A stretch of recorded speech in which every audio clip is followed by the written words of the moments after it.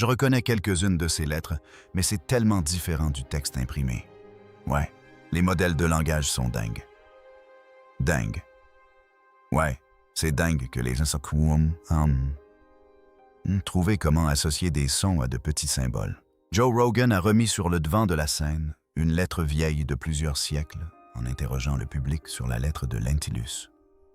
Ce court document offre un portrait physique simple de Jésus et a inspiré de nombreuses peintures et gravures.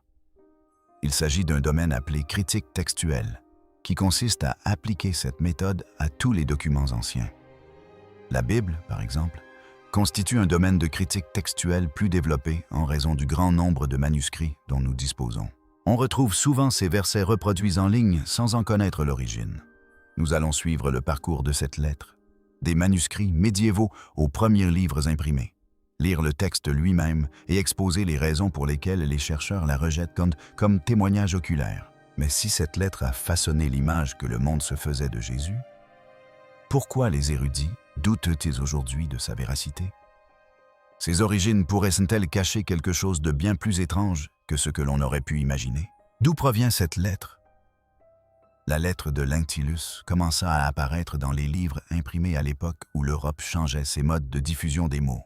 Vers 1460, des imprimeurs florentins la publièrent en regard de textes humanistes, ce qui permit aux lecteurs collectionneurs de nouveaux ouvrages de la connaître. Une édition allemande ultérieure l'intégra à une vie du Christ imprimée à Cologne en 1474. Une autre édition ancienne a placé le texte dans un volume allemand de Nuremberg en 1491. Ces premières éditions ont permis à la lettre de passer de quelques manuscrits épars à des livres que de nombreux lecteurs pouvaient posséder. Une anecdote liée à cette lettre raconte qu'un membre de la famille Colonna nommé Giacomo en aurait trouvé une copie à Constantinople et l'aurait envoyée à Rome en 1421. Ce récit figure dans un manuscrit de Jena et a contribué à convaincre les lecteurs ultérieurs de l'ancienneté et de l'importance du texte. Au fil du temps, la lettre Iacinthe est passée entre les mains de traducteurs grecs et latins avant de parvenir en Europe occidentale sous la forme d'un court texte dévotionnel. Traducteurs et copistes ont adapté certains mots et expressions aux styles locaux. Il n'en résulta pas une version unique et immuable, mais une famille de textes apparentés, définis par différents lecteurs. À la fin du XVe et au XVIe siècle, la lettre figurait dans de nombreux recueils de prières imprimés. Les imprimeurs et les libraires constatèrent que les lecteurs souhaitaient des portraits clairs et concis des figures saintes. Le texte de Lentulus répondait à cette demande, car il offrait une description physique simple et un ton adapté aux livres de prière et aux petits ouvrages illustrés. En Allemagne, en France et en Italie, des collectionneurs et des érudits conservèrent des exemplaires dans des bibliothèques privées. Au fil du temps, les lecteurs remarquèrent des différences entre les versions et les consignèrent dans les dossiers et catalogues des bibliothèques. Ernst von Dubschutz étudia plus tard les exemplaires subsistants et recensa plus de 75 variantes en Allemagne, en France et en Italie. Ces travaux révélèrent bien que les copistes modifiaient de petits détails, tels que la couleur des cheveux et la forme de la barbe. Au XVIIIe siècle, un bibliothécaire de Jena, nommé Christopher Miliau, rapporta qu'un exemplaire aujourd'hui perdu avait été écrit en lettres d'or sur du papier rouge, bien que les chercheurs ultérieurs aient accueilli cette affirmation avec scepticisme. L'avènement de l'imprimerie permit aux libraires de Florence, Cologne et Nuremberg de diffuser la lettre bien au-delà des lecteurs locaux, jusqu'à des marchés et des lecteurs plus lointains. La première édition anglaise largement diffusée, sous le nom de Publio Lentulus, fut imprimée à Londres en 1680. Cette forme anglaise a rendu la lettre familière aux lecteurs de Grande-Bretagne et de ses colonies. Prédicateurs et auteurs de textes dévotionnels citaient parfois des passages de la lettre comme s'il s'agissait d'un témoignage oculaire plutôt que d'un texte dévotionnel postérieur. La citation de la lettre dans les sermons et les guides de prière privés a permis à l'image qu'elle décrivait d'atteindre des personnes ayant peu accès aux manuscrits anciens. La structure des manuscrits suggère une évolution progressive plutôt qu'un document original unique. Des copies apparaissent dans des recueils florentins, des livres dévotionnels allemands et des collections latines. Les traducteurs ont transposé le texte du grec au latin, puis dans les langues modernes. Lorsque les imprimeurs composèrent l'anatole à la lettre, elle toucha un public plus large et artistes et mécènes trouvèrent un modèle simple à copier. Les variations du texte, selon les lieux, témoignent de la manière dont scribes et imprimeurs l'adaptèrent aux lecteurs locaux. L'histoire de cette lettre illustre comment un texte court peut voyager et se transformer au fil des siècles. D'une presse florentine à une imprimerie londonienne, la lettre de Lentulus passa entre les mains de ceux qui la copièrent, la traduisirent et la remanièrent. Ce parcours papier retrace la culture du livre en Europe, où collectionneurs, imprimeurs et lecteurs firent circuler les mots le long des routes commerciales et des rayonnages des bibliothèques. Ces migrations ont permis au texte de la lentille de se répandre dans de nombreux endroits et ont engendré les variations que les érudits ultérieurs allaient étudier et recenser. Mais après des siècles de transmission, de déformation et de dévotion, une question demeure. Que révélait réellement cette mystérieuse lettre sur Jésus lui-même? Que dit exactement la lettre? Que révèle la lettre de Lentulus au sujet de l'homme appelé Jésus? Ce court récit commence par souligner que beaucoup le considèrent comme un prophète, tandis que d'autres le nomment le Fils de Dieu. Il y est indiqué qu'il guérissait les malades et que les foules le suivaient. Après ces affirmations, l'auteur dresse un portrait physique précis. La taille est la première caractéristique qu'il mentionne. Il décrit l'homme comme étant de taille moyenne. L'expression désigne une personne de taille moyenne. Le texte s'attarde ensuite sur la tête et les cheveux, décrits comme noisettes ou brun roux.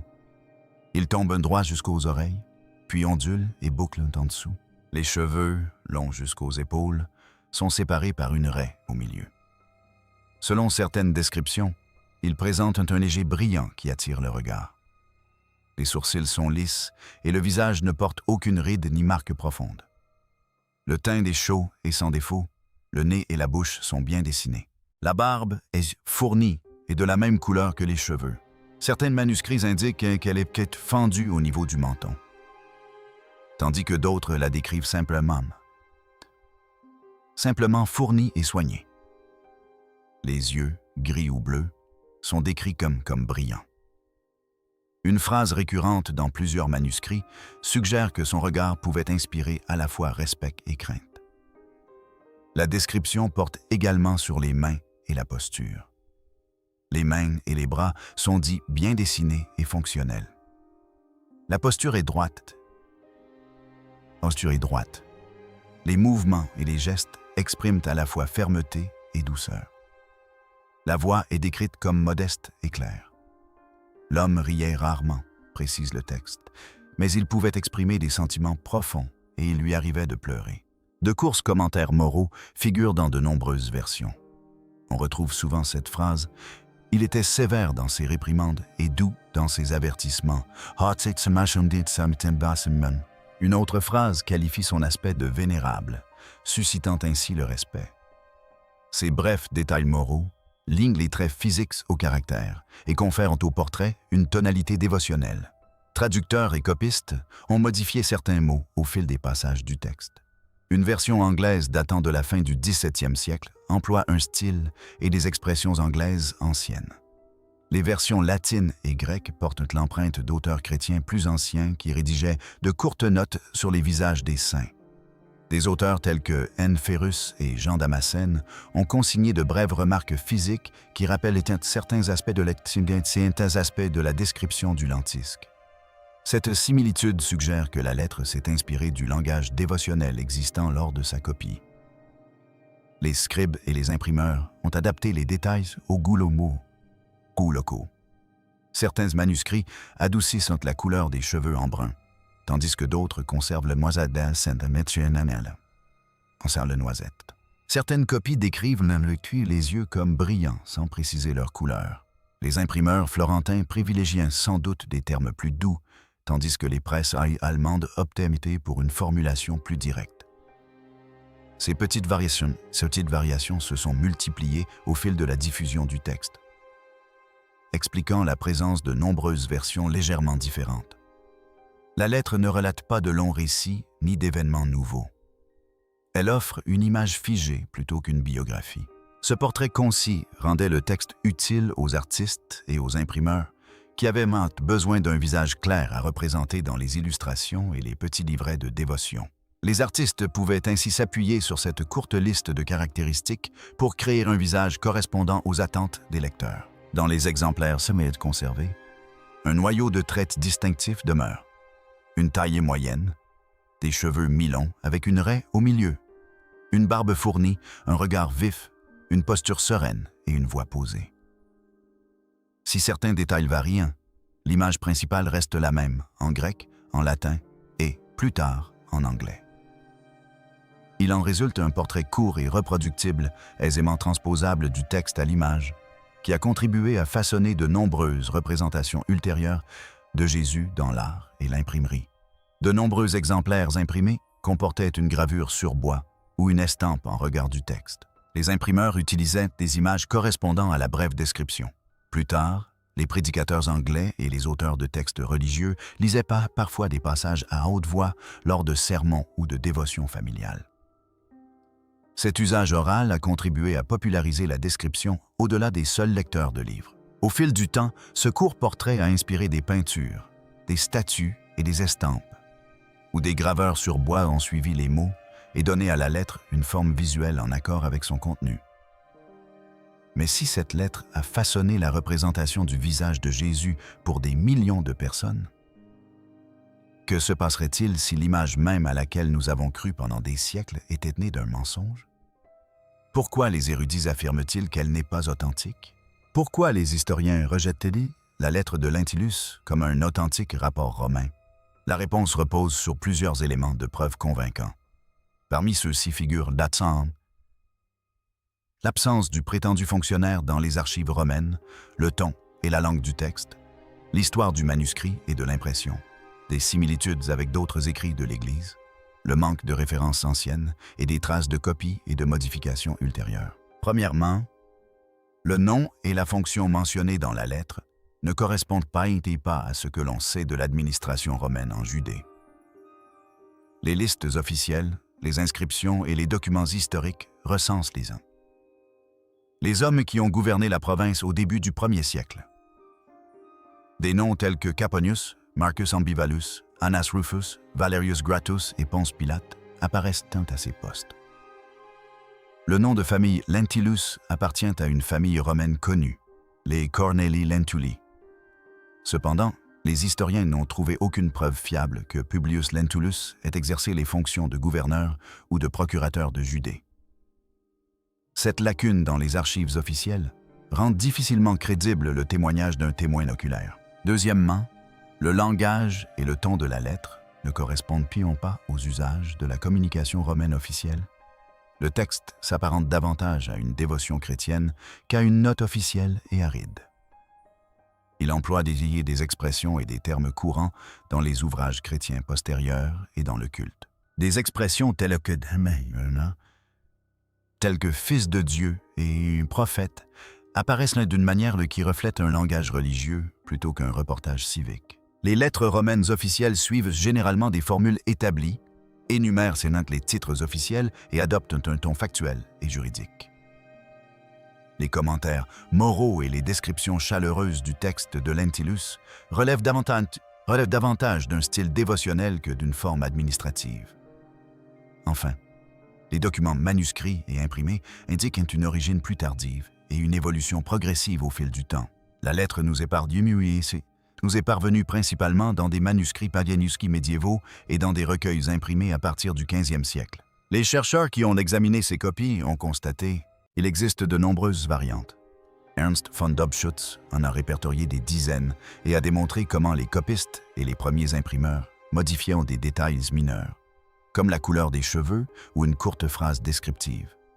La multiplication des copies tardives correspond davantage à l'évolution et à la diffusion des textes dévotionnels au Moyen Âge et au début de l'époque moderne qu'à la manière dont un unique rapport officiel ancien aurait pu subsister. Quatrièmement, certains passages reprennent des descriptions déjà connues dans les écrits chrétiens orientaux. Des auteurs tels que Enferus et Jean Damascène ont inclus de brèves remarques sur l'apparition de figures saintes dans leurs œuvres. Le texte de Lentulus partage le même ton, et certaines expressions avec cette tradition dévotionnelle orientale. Ce recoupement suggère que les éditeurs ou copistes se sont inspirés d'images et de formules ecclésiastiques existantes pour adapter la lettre aux lecteurs grecs et latins. De tels emprunts suggèrent une transmission au sein de la culture ecclésiastique plutôt qu'à une source romaine indépendante. Cinquièmement, les premiers historiens et auteurs de l'Église ne conservent aucune trace directe d'un témoignage oculaire romain tel que la lettre de Lentulus. Si un fonctionnaire romain nommé avait envoyé un récit officiel décrivant Jésus en détail, les premiers historiens et théologiens l'auraient probablement connu et cité.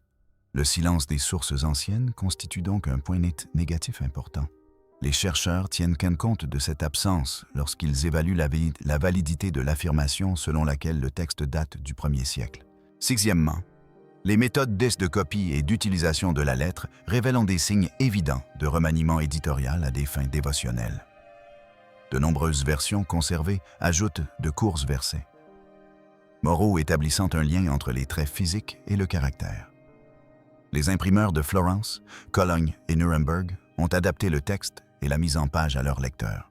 Au XVIIe siècle, les traducteurs anglais ont adapté certaines phrases à un style anglais plus ancien afin de rendre le texte familier à leurs lecteurs. Ces modifications montrent que la lettre avait une fonction religieuse et qu'elle était influencée par les goûts locaux et la demande du marché. Au XIXe et XXe siècle, des érudits se sont réunis pour débattre de son origine. Friedrich Münter a proposé une hypothèse plus ancienne, mais celle-ci n'a pas rencontré un large consensus. Des chercheurs ultérieurs, comme Cora E. Lutz, ont analysé des collections imprimées et ont soutenu que la forme de la lettre correspondait à un ouvrage de dévotion médiévale. Les ouvrages de référence ont longtemps considéré la lettre de Lentulus comme apocryphe. C'est pourquoi les bibliothèques, les musées et les historiens la classent parmi les compositions de dévotion postérieures, importantes pour l'étude de l'art et de la piété, mais non reconnues comme un témoignage oculaire du 1er siècle. Cependant, si les érudits l'ont écartée comme une fiction, pourquoi son image a-t-elle continué à influencer la représentation du Christ pour des millions de personnes pendant des siècles? Pourquoi était-ce important à l'époque et pourquoi en parle-t-on encore aujourd'hui? La lettre de lentille était importante, car elle offrait une représentation claire et reproductible à une époque où les livres et les images touchaient un large public. Les imprimeurs intégraient cette brève description dans de petits livres de dévotion et des recueils d'images. Les gravures sur bois et sur cuivre étaient souvent placées à côté du texte imprimé, afin que les lecteurs puissent voir une image correspondante. Cette association a permis à un même type de portrait de se diffuser rapidement à travers les villes et les régions. En Europe du Nord, les artistes utilisaient la lettre comme modèle simple. Des peintres tels que Dirk Bouts évoluaient dans un contexte culturel où les clients recherchaient des visages familiers. Bouts et d'autres peintres des Pays-Bas s'en tenaient à un type standardisé. Cheveux mi-longs avec raies au milieu, barbe courte et fournie, et expression sereine. Les ateliers formaient les apprentis à reproduire les modèles appréciés des commanditaires. Ce visage standardisé permettait aux ateliers de réaliser facilement des retables, des panneaux et de petits portraits privés, sans risque de variations importantes. Les commanditaires déterminaient le sujet des œuvres des peintres. Les conseils municipaux, les corporations et les donateurs privés commandaient des tableaux pour les églises et les maisons. Ils demandaient souvent un visage reconnaissable par les fidèles. La description du sujet, assimilée à une lentille, offrait une recette simple qui satisfaisait artistes et acheteurs. Les imprimeurs et les libraires utilisèrent le texte pour en vendre des exemplaires. À Florence, Cologne et Nuremberg, on intégra la lettre dans de petits ensembles de plaques dévotionnelles qui circulaient par les routes commerciales jusqu'aux villes les plus reculées. Les conservateurs de musées et les historiens du livre retrouvent des traces de cette diffusion dans les collections. Des éditions imprimées, agrémentées d'une petite image à côté du texte, subsistent dans de nombreuses bibliothèques. Lorsque les conservateurs rédigent les notices de catalogue, ils montrent comment les descriptions imprimées ont contribué à fixer un type de portrait dans la culture visuelle. Ce lien se manifeste dans plusieurs collections muséales où une estampe ou un petit panneau présente les mêmes traits du visage que ceux énumérés dans la lettre. Le texte a également circulé entre l'Orient et l'Occident. Les auteurs de tradition grecque ont formulé de brèves remarques sur les visages sacrés qui font écho à certains points du texte du Lentulus. Les traducteurs et les copistes ont mêlé ces notes orientales à des formules dévotionnelles occidentales. Au fil du temps, cette tradition mêlant les cultures a donné naissance à de nombreuses versions de la lettre en latin, en allemand, en français et en anglais. Chaque version linguistique comportait de légères adaptations locales, répondant au goût des lecteurs et au goût des lecteurs de la région. Imprimeurs et copistes ne se contentaient pas de reproduire les mots. Ils ajustaient également certains détails. Une presse florentine pouvait privilégier des termes plus nuancés, tandis qu'un imprimeur allemand préférait un langage direct, plus proche de l'anglais local. Ces petites modifications témoignent de l'adaptation de la lettre à ses lecteurs au fur et à mesure de sa diffusion. Il en résulte de nombreux exemplaires quasi identiques, présentant des variations locales tout en conservant l'essence même de la lettre. Les livres ont contribué à la diffusion de cet art en établissant une liste fixe de caractéristiques. Les peintres pouvaient déchiffrer les quelques lignes et créer un visage correspondant. Les graveurs sur bois reproduisaient des blocs et des plaques de bois qui circulaient d'atelier en atelier. Lorsqu'une image correspondait au texte, les acheteurs étaient certains qu'il s'agissait de la bonne. Ce lien pratique entre texte et image rendait le portrait de Lentulus utile aux artisans et aux vendeurs. La lettre jouait également un rôle dans la dévotion privée et le discours public. Les lectures familiales et les sermons citaient parfois cette brève description. Ainsi, le portrait passait des pages du livre à la vie quotidienne. Lorsque les prédicateurs lisaient les mots sur les places publiques ou dans les églises paroissiales, l'image touchait des personnes qui ne possédaient jamais de livre. Cette utilisation orale a étendu la portée de la lettre au-delà des lecteurs, jusqu'aux auditeurs. Les médias modernes ont ravivé l'intérêt du public. Lorsqu'une émission très suivie aborde le sujet de textes anciens, de nombreux auditeurs recherchent et partagent des images. Joe Rogan a mentionné la lettre lors d'une conversation qui a relancé le débat public. La curiosité du public a incité les bibliothécaires et les chercheurs à publier des preuves tangibles, des pages de musées et de courts articles expliquant l'origine de la lettre et son mode de diffusion. Les réponses des bibliothèques et des musées visaient à mettre en lumière ce qui était connu et ce qui restait à découvrir. Un examen attentif du document révèle que la lettre a joué un rôle d'outil social, répondant à un besoin de modèles visuels stables. Imprimeurs, artistes, mécènes et prédicateurs l'utilisèrent tous pour sa concision et son utilité. Cette valeur pratique explique pourquoi un texte ultérieur a pu influencer des siècles d'images. La lettre s'intégra aux pratiques artistiques et à la culture du livre en Europe. Non pas parce qu'elle provenait d'un témoin oculaire, mais parce qu'elle répondait aux besoins de ceux qui produisaient et achetaient des images. Aujourd'hui, cette lettre suscite toujours l'intérêt car elle illustre la transition des mots vers les images et la manière dont la culture imprimée reflète les habitudes visuelles. Les chercheurs étudient les différentes versions et retracent les modifications apportées par les presses locales à certains mots. Les collections muséales conservent des exemplaires, présentant la même apparence sur différents supports. Ces chercheurs continuent de comparer copies et images afin de cartographier précisément le parcours de cette description à travers l'Europe et son intégration dans l'édition imprimée. L'identité de l'auteur de la lettre de Lentulus restera peut-être à jamais un mystère, mais ces mots continuent d'influencer la perception de Jésus aujourd'hui. Des monastères poussiéreux au podcast de Joe Rogan, ce texte ancien ne cesse de se renouveler. C'est son mystère qui lui confère sa pérennité. Alors que chacun cherche à discerner la vérité de la tradition, que pensez-vous de son histoire? Se pourrait-il qu'elle recèle des secrets insoupçonnés? Partagez vos réflexions ci-dessous.